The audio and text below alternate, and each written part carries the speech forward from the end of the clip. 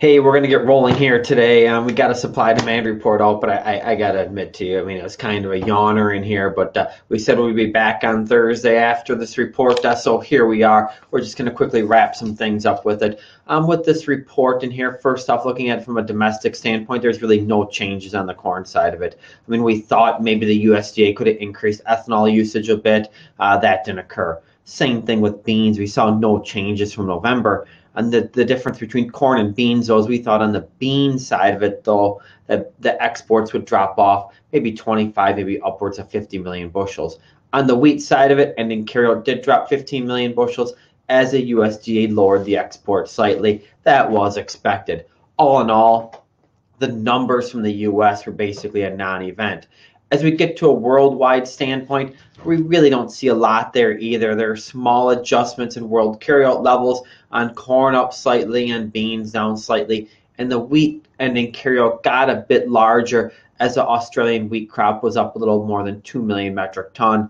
That's why we had that bounce up. We think the thing, though, to pay attention to is when you look at our carryouts this year compared to what they were a year ago. On corn, our world carryout is up 13 million metric ton. On soybeans, the carryout's up 2 million metric ton, where on wheat it's down more than 11 million metric ton than a year ago.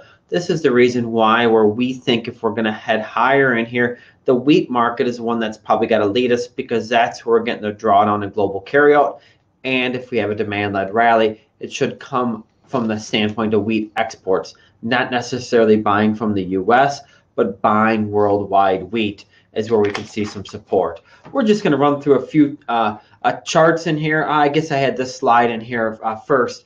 We had this January crop reports coming up on January 12th. That's a big crop report of the year. And one of the reasons why it's a big crop report is not only do we get the change of production, but we also get a December 1st stocks report as well. So this is something we've got to keep in mind. You're also probably going to get an adjustment in South American production. And what's just a bit odd is this December report tends to be the biggest yawner, but the January report is the most exciting one to come.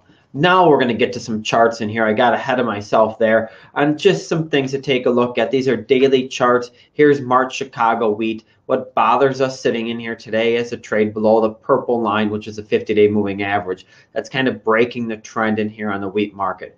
As we get to our next chart, it is March Minneapolis wheat.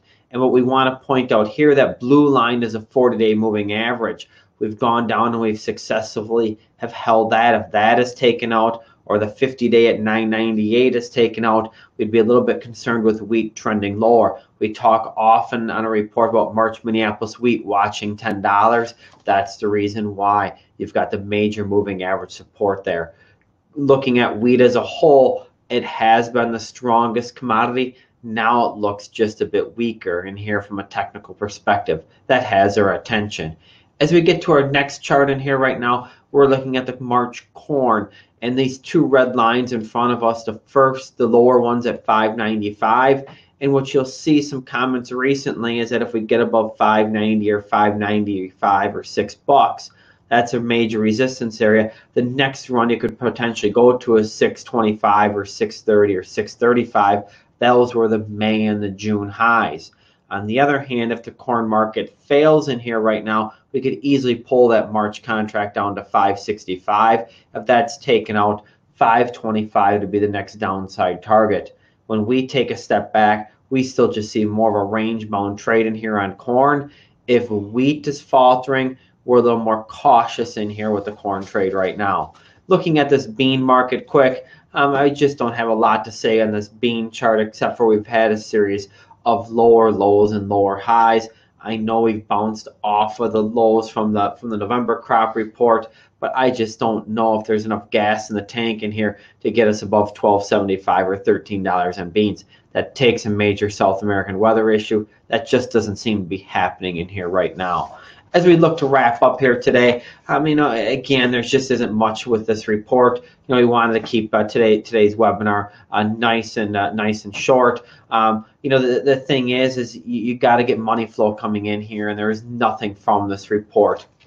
that says, boy, we got to step in here, and buy commodities. We've got South American weather and the January crop report coming up along with the holidays.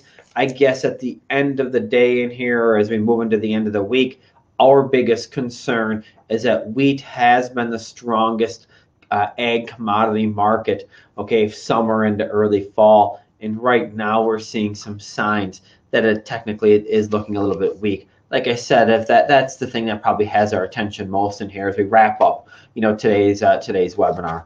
Any questions, feel free to drop us an email. Thanks for tuning in. Have a great day.